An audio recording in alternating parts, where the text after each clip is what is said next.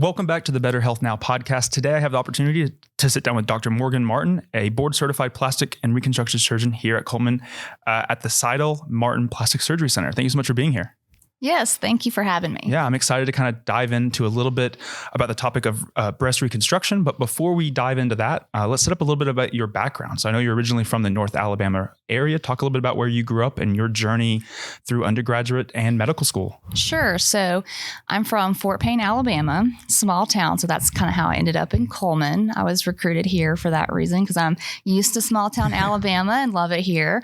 And in high school, I really don't know what started it, but I knew I was going to be a plastic surgeon early on. And from there, I went to undergrad at Auburn University and went through a pre-med program. I have a degree in not only biomedical science, but also Spanish. Made it to medical school after that at UAB. And there, that was just my Doctor of Medicine. And after that, I spent a year in Pennsylvania, Hershey, Pennsylvania at Penn State, which was a unique experience being from the South. I'd never been that far north before. And then went down to Tulane for general surgery. That was 4 years, and then another 3 years at Emory for my fellowship in plastic surgery. Wow. And so your journey has gotten you all across the country. Yeah. And now here in Cullman. Mm-hmm. So with the topic of breast reconstruction, it's different than a mastectomy surgery or a breast augmentation or a breast reduction. Mm-hmm. Talk a little bit about the differences between all of those. Sure. So we're talking about, an insurance-based case versus a cosmetic case, or something that is medically necessary versus something we just want to have. So when women are diagnosed with breast cancer, you have a couple different options.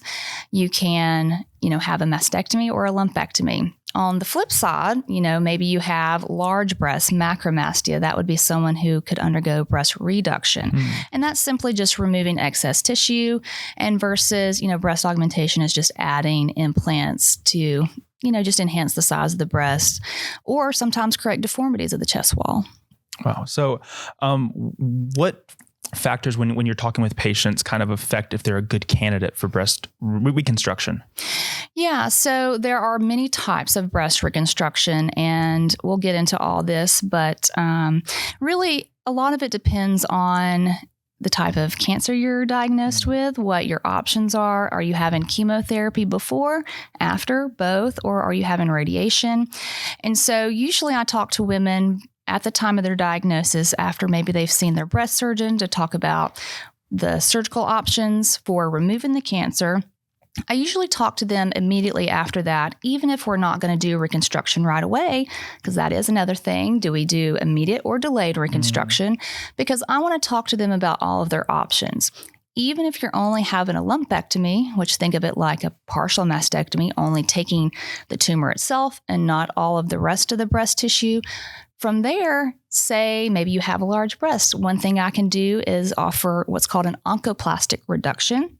That is working with the breast cancer surgeon to do a breast reduction at the same time, so that you get a normal size breast, a lifted breast, and one without a deformity, and one that's equal to the size of the other side. Whenever you have that operation, or lumpectomy in general, all those women have to have radiation. So one thing that's really nice is if I'm there in control of the tissue, I can account for knowing what's going to happen to the breast. So radiation will shrink the breast tissue about 10 to 15%. So say you're someone who never saw me, a lot of times I'll see women after the fact, they've had a lumpectomy, radiation, that breast has shrunken about 15%, and now they're very uneven. And so it's it's much harder for me afterwards to cosmetically and even reconstructive, make the other breast equal to the natural breast. But if I see you ahead of time, we can do that reduction, and it's actually a much better outcome. Mm-hmm. So that's one option, and one reason why I really want to see everyone that's diagnosed with breast cancer, because we can talk about that option. Yeah. And so I would assume your relationship with the doctors that do the cancer doctors is pretty close, because you're being able to work with them at the same time they're working with the patients for the cancer treatment. Yes. So typically, if I'm going to be involved in the reconstruction, if it's an immediate reconstruction, I am in the OR at the same time, helping sometimes with a mastectomy. Since I also did general surgery, I do sometimes mastectomy with them. And really just helping and showing them my markings that I've made before surgery in the pre-op area to help guide them on how to do things that will be cohesive for the reconstruction. And so you talked a little bit about just that process working with a breast cancer patient and kind of all of how that looks. Talk a little bit more in depth about just that process of them going through the chemo and like that timeline for them. And is there a typical timeline that you see where they're doing it either during chemo or after chemo, or how that all plays into a part with the role that you play in their lives?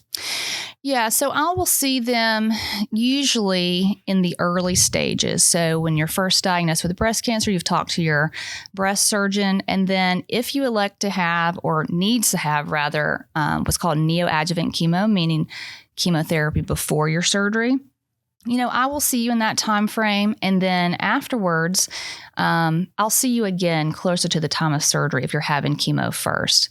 And then something else to discuss is if we know that you're having radiation after surgery, we'll have a lot of discussion about how that changes things. Maybe we want to wait to do reconstruction later in a delayed fashion, but usually my preference is to do immediate reconstruction still, despite the radiation, and then we just deal with the radiation later, which radiation is something that is necessary sometimes, but of course it's like the enemy of plastic surgery because it damages that healthy tissue. And so I may have to do additional procedures to correct that chest wall deformity after radiation. Yeah. And so it seems like every patient that you're dealing with is always like a different case scenario as far as like what works the best for them. Yes. Is there a more common procedure that you're doing in the time frames here in Cullman than maybe others? And is there sort of, how do you kind of differentiate the factors that the patient's dealing with to kind of find that best option? So I think this is a good segue into the majority of patients get implant-based reconstruction versus tissue-based reconstruction.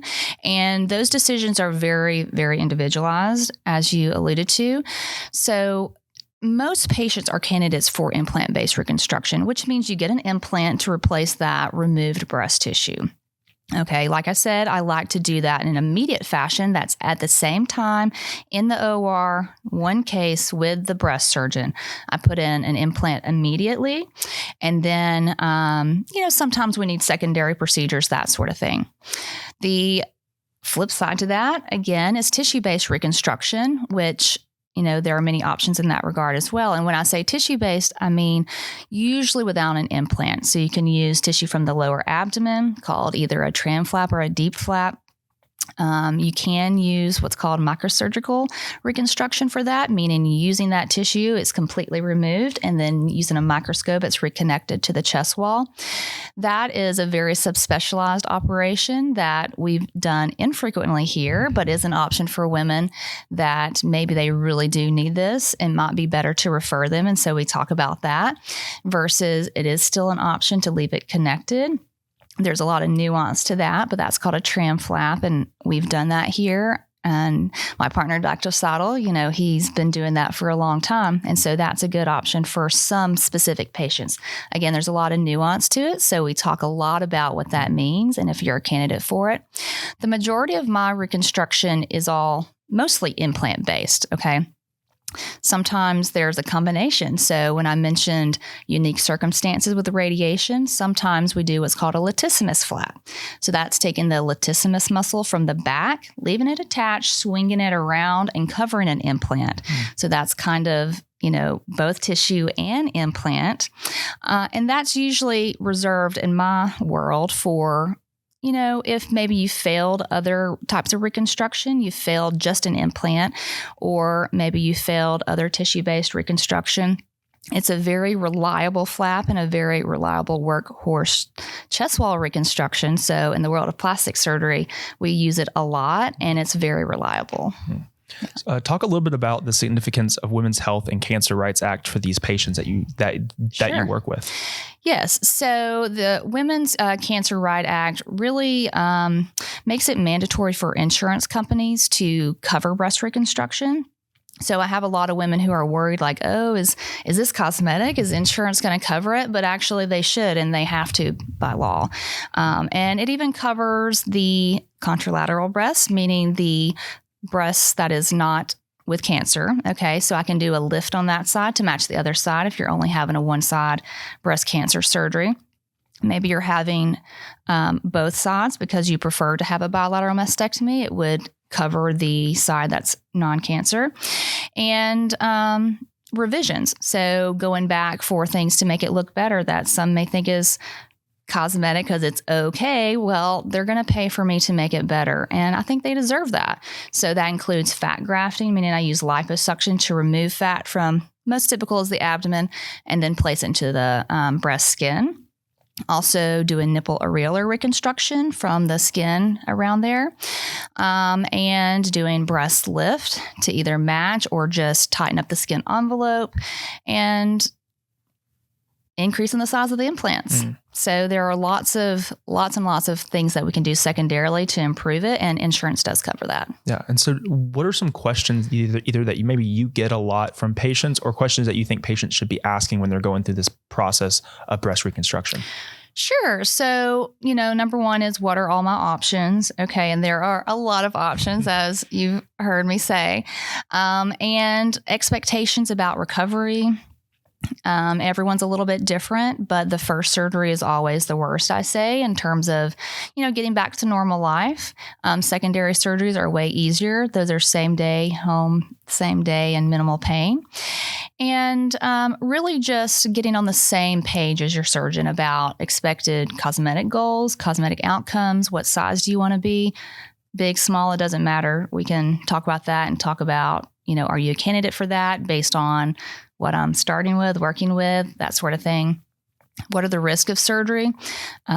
Despite us doing a lot of cosmetic surgery, reconstructive surgery can be very challenging and can have a high infection rate.